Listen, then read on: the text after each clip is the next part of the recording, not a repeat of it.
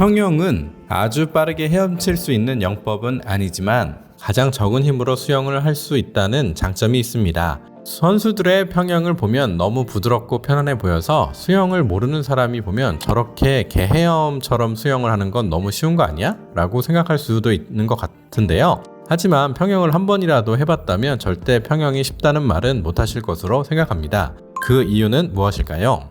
다양한 이유가 있겠지만 가장 큰 이유 중 하나가 바로 평형이 가지고 있는 복잡한 타이밍 때문이라고 생각합니다. 자유형은 팔과 다리를 여러 번 차면서 앞으로 나아가기 때문에 타이밍이 조금만 어긋나더라도 앞으로 나가는 데에는 많은 영향을 미치는 것은 아닌데요. 하지만 평형은 딱 한 번의 팔 동작과 딱 한 번의 다리 동작으로 앞으로 나아가게 됩니다. 만약 팔 동작과 다리 동작이 타이밍이 좋다면 그 시너지로 더 많은 추진력을 낼 수 있지만 타이밍이 어긋난다면 각 동작이 서로 추진력을 빼앗아 갈 수도 있는 것이죠. 그렇기 때문에 정확한 타이밍을 모르고 하는 평형은 높은 추진력을 얻는 데는 한계가 있습니다. 한 가지 예를 들어 보겠습니다. 여기에 평형 발차기만으로 추진력을 5를 만들고 평형 발차기 없이 팔 동작만으로 5의 추진력을 만들어내는 사람이 있다고 해보죠. 그런데 이 사람이 극단적으로 평형의 타이밍을 전혀 이해하지 못한다면 팔과 다리의 추진력이 상쇄되어 5-5, 즉 0으로 아예 추진력이 안 생길 수 있습니다. 반면 발차기 실력은 3, 팔 동작이 가지는 추진력이 2밖에 안 되는 사람이라도 평형의 타이밍을 정확하게 알고 적용한다면 3+2, 즉 5의 추진력을 만들어낼 수 있습니다.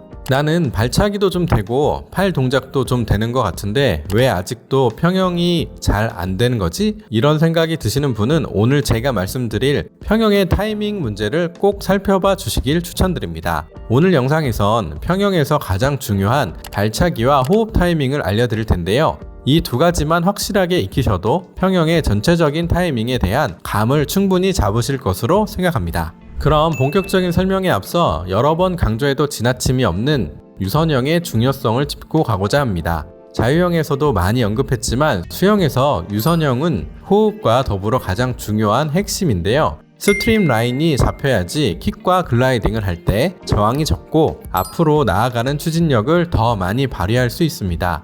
그렇다면 평형에서 유선형을 잘 만들기 위해서는 어떻게 해야 할까요? 많은 분들이 몸을 일자로 만드는 것은 알고 계시지만 실제 동작을 보면 생각보다 유선형 자세가 잘 안 나오는데요. 킥을 수정하기 위한 꿀팁은 킥을 하기 전 글라이딩 자세를 할 때 귀를 팔 아래쪽으로 둘 수 있게 고개를 숙여주는 것입니다. 우리가 잠영을 할 때도 유선형 자세를 잡기 위한 연습을 하면 팔이 아예 머리 위로 올라가는 자세를 만드는데요. 이 자세가 가장 저항이 적고 추진력이 적은 자세이기 때문입니다. 마찬가지로 평형에서도 귀를 팔 밑으로 하여 머리를 숙여줌으로써 더 탄탄한 유선형을 만들어 줄 수 있습니다. 이 자세만으로도 여러분이 글라이딩 할 때 훨씬 더 잘 나감을 느끼실 수 있을 겁니다. 그럼 이제 유선형 자세도 배웠으니 본격적으로 평형각, 동작 간의 타이밍에 대해서 알아보도록 하겠습니다. 첫 번째, 많은 분들이 가장 궁금해하시는 평형의 발차기 타이밍에 대해서 말씀드릴게요. 가장 최악의 실수는 팔과 다리를 함께 차는 경우인데요. 팔과 다리를 함께 차게 되면 두 유형의 추진력이 서로 상쇄돼 앞으로 나아가는 힘이 줄어들게 됩니다. 그렇다면 정확히 어떤 타이밍에 발차기를 해야 하는 걸까요? 결론부터 말씀드리자면 평형에서 팔과 다리의 타이밍은 당찌차글로 익히시면 됩니다. 당찌차글이란 당기고 찌르고 차고 글라이딩 하라는 줄임말인데요. 먼저 하이엘보 캐치를 통해 최대한 많은 물을 뒤로 당겨줍니다. 이때 팔 동작을 통한 1차적인 추진력이 발생하게 되는데요. 이 추진력을 극대화하기 위하여 귀를 팔 아래로 숙이고 앞으로 찌르면서 유선형 동작을 만들어 줍니다. 찌르는 동작 이후에 연결해서 발차기를 힘껏 차주면서 또 한 번의 추진력을 만들어주고 마지막으로 이 모든 힘을 활용하여 글라이딩을 해줌으로써 이동 시간을 늘려줍니다. 여러분들이 당찌차글만 정확하게 이해하셔도 평소에 비해 나의 평형이 훨씬 부드럽고 편안해짐을 느끼실 수 있으실 텐데요. 하지만 우리는 이것만으로도 충분하진 않겠죠? 효과를 극대화하기 위해서는 내 몸이 의식하지 않고도 이 동작이 바로 나올 수 있게 체화를 해야 하는데요. 공부 잘하려면 엉덩이가 무거워야 하는 것처럼 결국 우리가 수영장에서 오랜 시간 보내면서 완벽한 평형의 타이밍을 충분히 만들어낼 수 있습니다. 근데 우리가 수영장 물에 오래 노출됐다 보면 생각보다 인체에 많은 부담을 줄 수도 있는데요. 분명 집에서처럼 똑같이 머리를 감았는데도 생각보다 머리가 뻣뻣하고 건조한 느낌을 받는다는 것을 느끼실 겁니다. 바로 수영장 물에 존재하는 염소와 락스 성분 때문인데요. 적어도 우리가 쓰는 샴푸와 바디 청결제가 염소 성분을 충분히 제거해 줄 수 있는지 꼭 확인하시고 사용하시길 추천드립니다. 수영도 좋지만 우리 모발은 더 소중하잖아요. 그래서 아래 댓글에 괜찮은 제품을 추천해 놓겠습니다. 모발 이야기 하니까 갑자기 슬퍼졌는데요.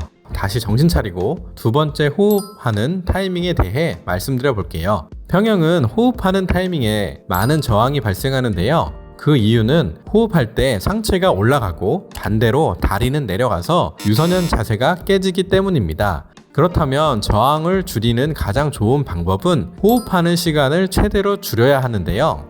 빠른 호흡을 하면서도 양질의 호흡을 하기 위해서는 사전에 준비 동작이 필요합니다. 즉, 상체를 들어 호흡하는 찰나의 순간을 위하여 미리 여러 사전 작업을 해두는 것인데요.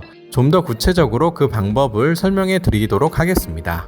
우선 호흡은 양팔이 물에 닿는 동시에 시작한다고 생각하시면 되는데요. 손으로 물을 모으고 동시에 코로는 숨을 내쉬어야 합니다.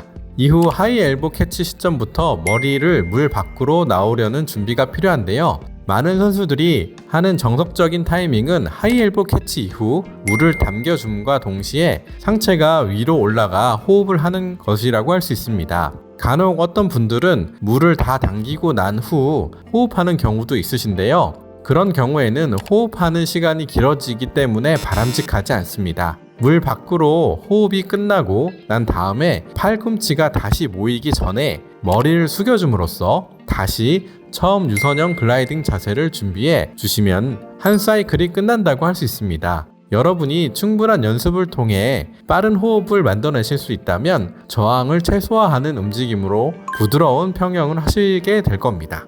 오늘은 평형을 잘하기 위한 타이밍에 대해서 알아보았는데요. 정리하면 1. 항상 유선형 자세에서 추진력을 받을 수 있도록 귀를 팔 아래로 향하는 자세가 되어야 합니다.